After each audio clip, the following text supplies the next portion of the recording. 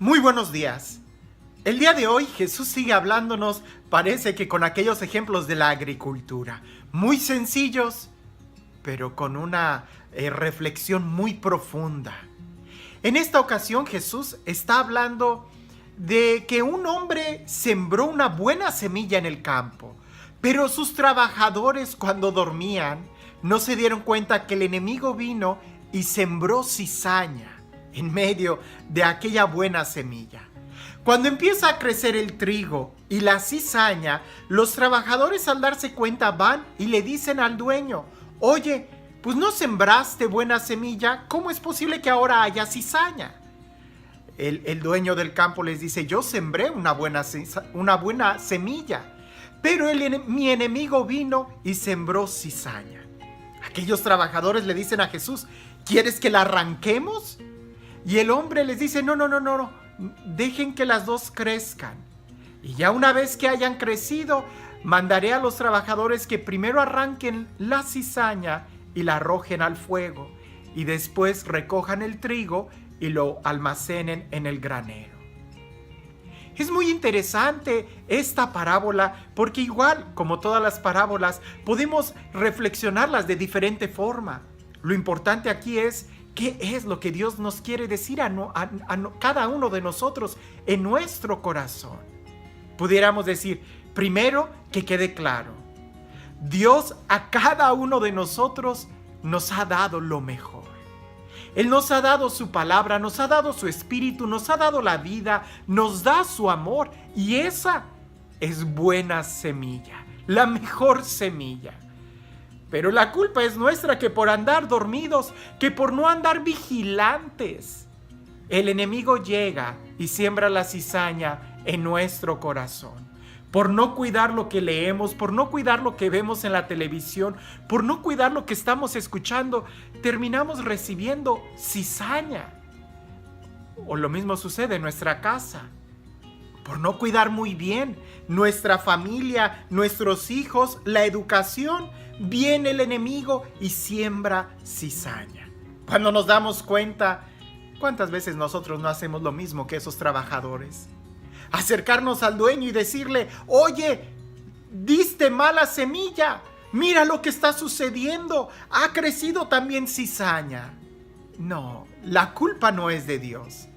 Él nos dio su amor, nos dio la libertad, nos dio su gracia, nos da su palabra, nos da sus consejos. Él nos da lo mejor.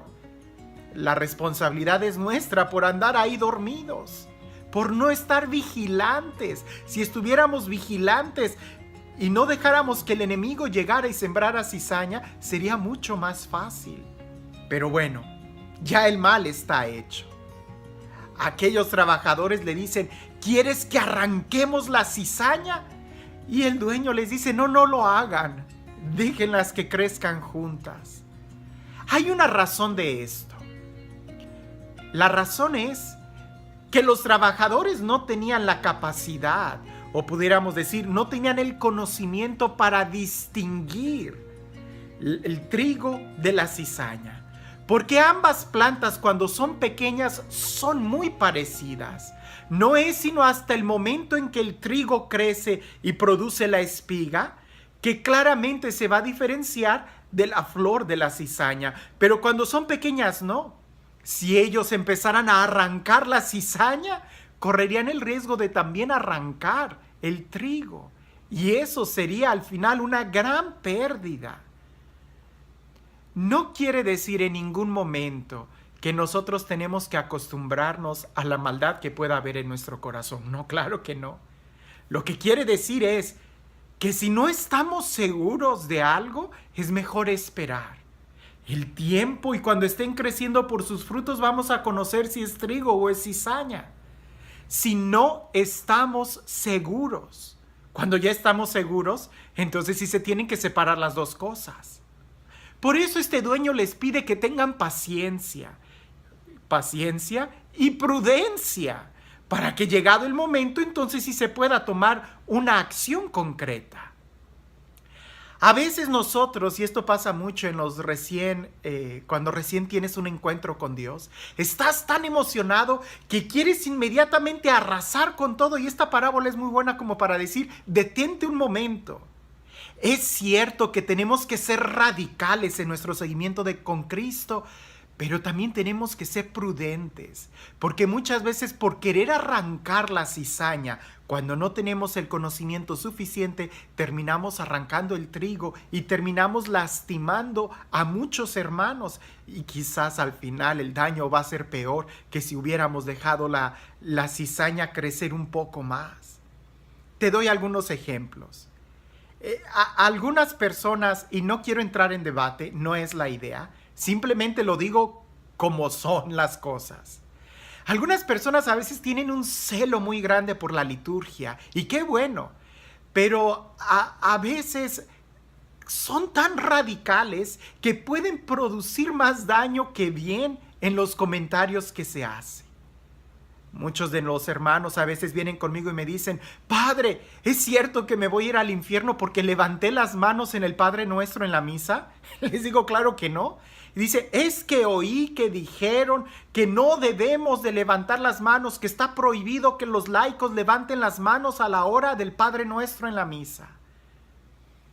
Son exageraciones, y lo digo así. No hay ningún documento oficial de la Iglesia que diga que está prohibido que los laicos levanten las manos en la oración del Padre Nuestro. La Institución General del Misal Romano, ahí explica muy bien cuál es la postura del sacerdote. Él sí tiene que levantar las manos, pero en ningún lado dice que está prohibido que los laicos levanten las manos.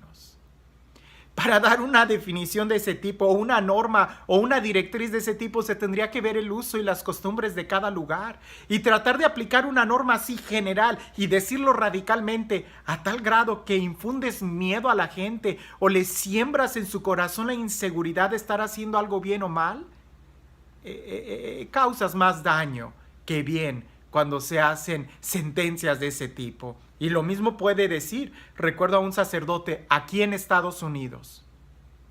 Es muy diferente la conferencia episcopal de cada lugar, pero aquí en Estados Unidos este sacerdote, una vez muy molesto, me comenta, en la misa hubo muchas personas que se pusieron de rodillas en el momento en que yo les estaba dando la comunión, y les dije, no, si no te pones de pie no te doy la comunión. Y yo me sorprendí, le dije, Padre, no puedes hacer esto. Y dice él, sí, es que no me gusta. Le digo, es que no se trata de que si te gusta o no te gusta. Aquí en Estados Unidos sí hay documentos donde dice que los fieles pueden recibir la comunión de rodillas. No se lo tienes que prohibir. Pero también vemos el otro extremo. Hay algunos laicos que ahora sí que resultan que quieren ser más papas que el mismo papa, que están promoviendo la prohibición de recibir la comunión en la mano. Y que muchos también infunden mucho miedo. Aquí en Estados Unidos sí se puede recibir la Eucaristía en la mano cuando pasas a comulgar, si comulgas tú frente al sacerdote o frente al ministro. Pero a veces una radicalidad que tú quieres tener, se la quieres imponer a los demás, y corres peligro de arrancar también el trigo, de arrancar la unidad, de arrancar la paz.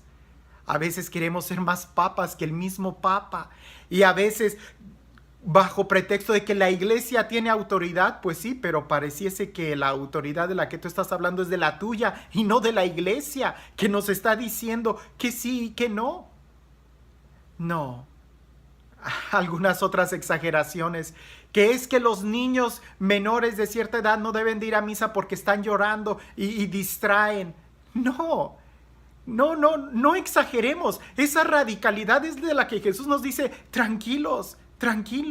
Si no estás seguro, es mejor esperar, es mejor guardar silencio y dejar que poco a poco los frutos vayan diciendo qué es lo que se tiene que hacer y lo que no se tiene que hacer.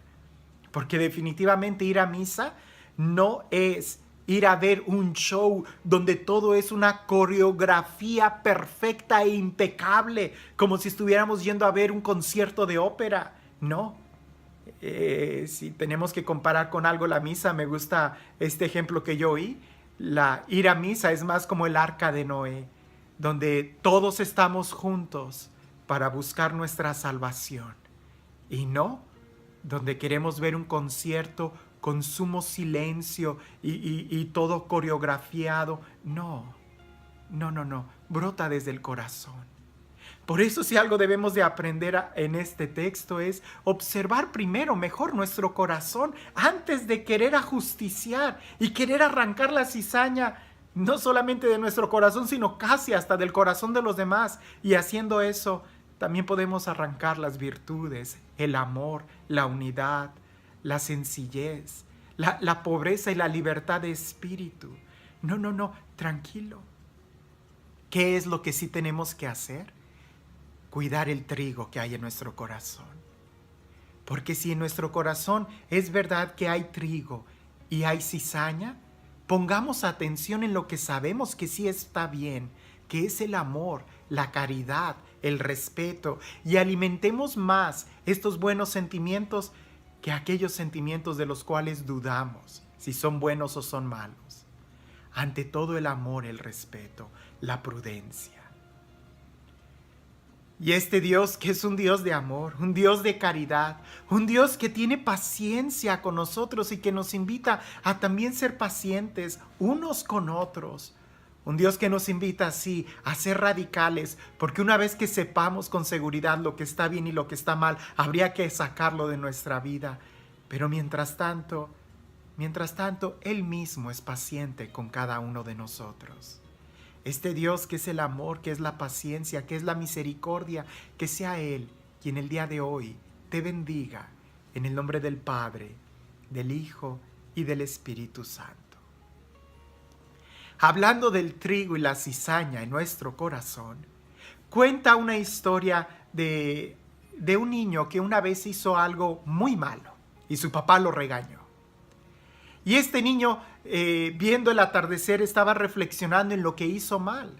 Se acerca a su papá y el niño le pregunta: papá, si yo ya sabía que lo que hice era malo, ¿por qué como quiera lo hice? Y el papá le dice: hijo, en tu interior es como si hubiera dos lobos, uno bueno y uno malo, y estos están peleando continuamente. El niño, después de un breve momento de silencio, le pregunta al papá: ¿y cuál de los dos lobos va a ganar? El papá le responde: todo depende de a cuál lobo tú decidas alimentar. En nuestro corazón hay trigo y cizaña que está creciendo. ¿Cuál va a ganar? Todo depende de qué es lo que tú decidas alimentar. Que tengas un excelente día.